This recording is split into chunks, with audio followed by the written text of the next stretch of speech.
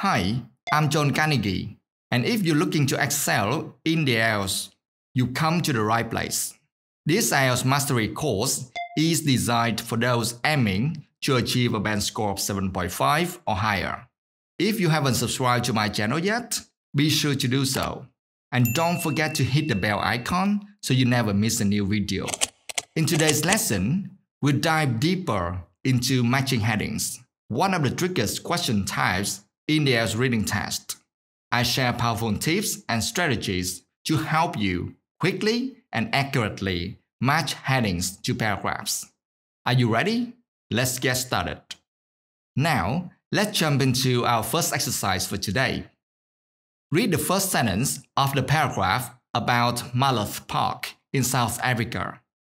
Identify the words or phrases that correspond to the underlined words in headings A to C. Let's read this first sentence together. Despite the fact the town of Malloth Park is close to the Kruger National Park, one of the largest game reserves in Africa, and despite the constant threat of visitors from wild animals such as lions and hippopotamuses, its anxious residents are not allowed to build fences around their houses to keep out the neighbors. And right below the first sentence, you find three potential headings.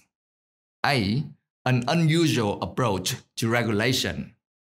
B. Dealing with the occasional dangers of the wild. C.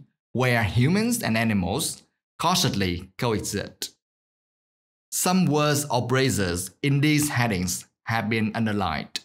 Your task is to find corresponding words or phrases in the paragraph. For instance, in heading A, the underlined word is regulation. Which part of the paragraph corresponds to this word? Clearly, it's not allowed to build fences around their houses, as this represents a rule or regulation for living in that area. Next, in heading B, the underlined phrase is dangers of the wild. Can you identify the corresponding phrase in the paragraph? There's no doubt that the constant threat of visitors from wild animals is a close match. Finally, in heading C, both humans and animals and coexist are underlined. Do you recognize their counterparts in the paragraph? For humans and animals, the related phrases are lions and hippopotamuses and anxious residents. How about coexist? Most likely, it's the phrase residents are not allowed to build fences around their houses to keep out their neighbors. As you can see, we can identify corresponding phrases and words for the underlined parts in all three headings, A, B, and C. This means all three seem like possible answers. It's quite hard to make a decision at this point, isn't it? So, how can we identify the correct heading for this paragraph? It's time to take it one step further.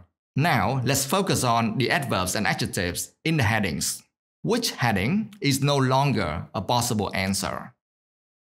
Let's take a look at the adjective unusual in heading A. Based on this adjective, do you think heading A, an unusual approach to regulation, is still a possible answer? Obviously, yes. It remains a potential answer, but you would need to read more of the paragraph to be certain. Why is that? From the first sentence, we see that the regulation refers to the rule prohibiting residents from building fences despite the constant threat of wild animals such as lions and hippopotamuses. This regulation is unusual because, under normal circumstances, people would be expected to protect themselves from such dangers. A ban on fences is unexpected and unconventional, making it an unusual rule. Next, let's consider the adjective occasional in heading B, dealing with the occasional dangers of the wild. Clearly, this adjective makes heading B no longer a possible answer, because the occasional dangers of the wild contradicts the constant threat of visitors from wild animals in the first sentence. Finally, let's move on to the adverb cautiously in heading C. where humans and animals cautiously coexist. This adverb makes heading C the most likely correct answer because it effectively paraphrases the sentence. The first sentence describes a situation where humans live near wild animals without fences, meaning they must naturally exercise caution to avoid danger. The word cautiously suggests careful, wary behavior, which aligns with how residents must live under the constant threat of wild animals. After analyzing keywords, adjectives, and adverbs from the three headings, it's clear that heading B is no longer a possible answer, leaving us with two remaining choices, A and C.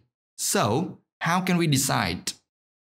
The next step is to read the rest of the paragraph and decide on the most suitable heading for it.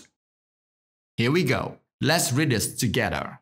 In fact, the only fence permitted in the town was built by the local authority. Interestingly, with the aim of keeping humans out of the park rather than containing the animals inside. Consequently, it is not unusual to see giraffes or elephants causing traffic jams, for example, and even predator attacks on humans are unnervingly common. A lion was recently said to have mauled and eaten an escaping burglar. Yet, even after this, while some residents then called for all lions to be rounded up and shot, others suggested that they be allowed to walk the thoroughfares as a type of crime control after an increase in the number of burglaries. Everywhere in Monmouth Park, a wary understanding exists between man and beast. Undoubtedly, the most fitting heading is C, where humans and animals cautiously coexist. This is because the paragraph highlights how humans and animals share space in Monmouth Park without barriers, requiring constant caution from residents. The phrase "a wary understanding exists between man and beast" at the end of the paragraph directly supports the idea of cautious coexistence.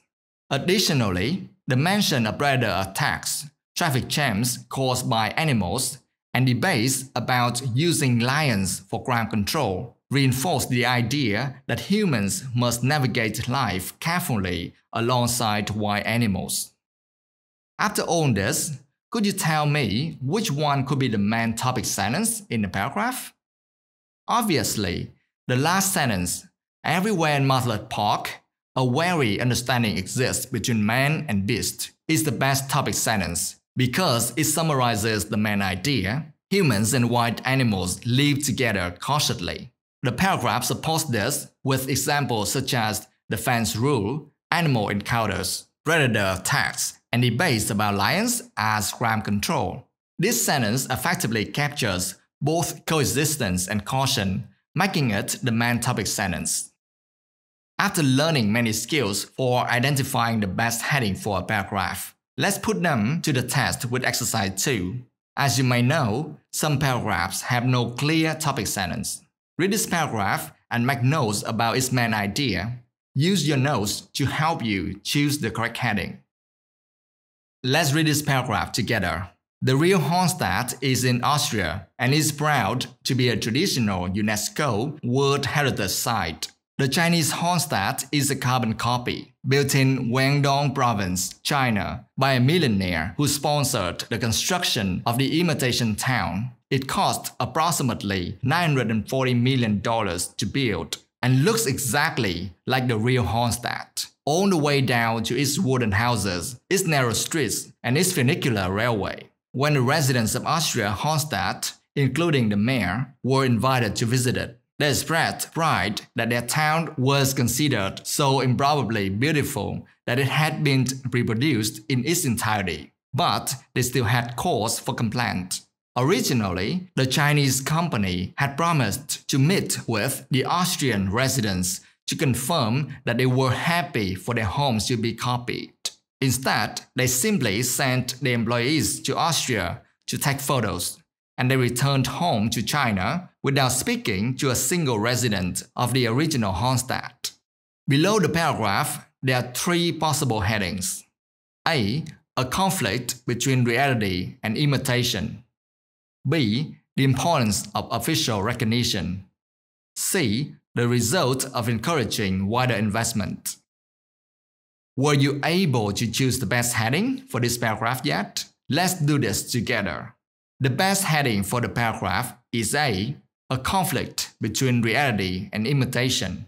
The paragraph focuses on the creation of a Chinese copy of the Austrian town Hohenstadt and the reaction of the original town's residents. While they felt proud that their town was admired enough to be reproduced, they were also upset because the Chinese company did not ask for permission or speak to anyone before copying it.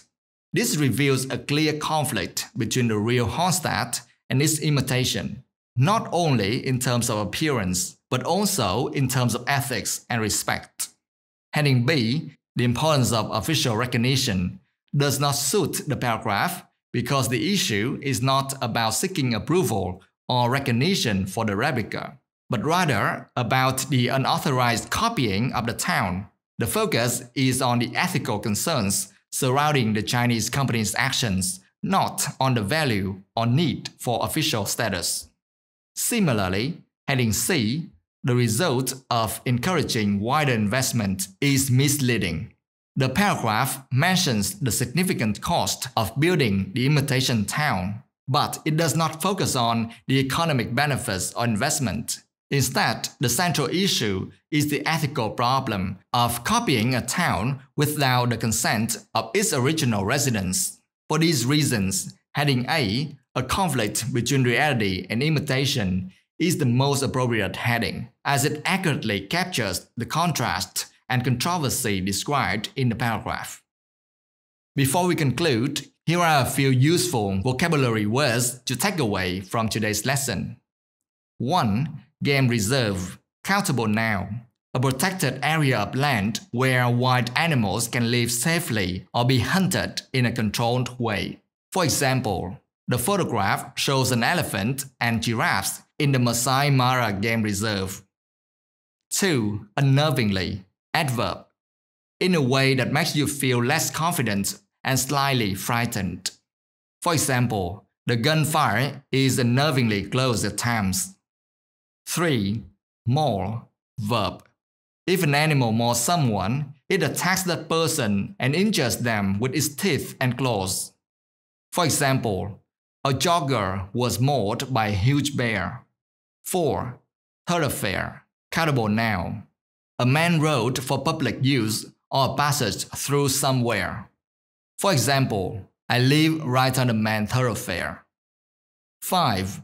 Wary, adjective, not completely trusting or certain about something or someone. For example, I'm a little wary of giving people my address when I don't know them very well. 6. Carbon copy, countable noun, an exact copy of something. For example, she is a carbon copy of her mother. 7. Funicular, countable noun, a special type of railway that travels up and down steep slopes with the carriages being pulled by a strong metal rope. For example, they were then driven to the funicular railway and taken off the mountain. 8. Improbably, adverb, in a way that does not seem likely to happen or be true. For example, she somewhat improbably claims that she was on her way to Texas. That concludes the third part of our series on matching headings. There are many more lessons on the way, so be sure to stay tuned for future videos. Before you go, here's a quick question. What does the word thoroughfare mean? Feel free to share your answers in the comments below. If you found this video helpful, don't forget to subscribe, like and share to support Advanedu English. In our next lesson, you'll be challenged with a real matching headings test. I hope you'll be ready by then. Goodbye for now, and I look forward to seeing you in the next video.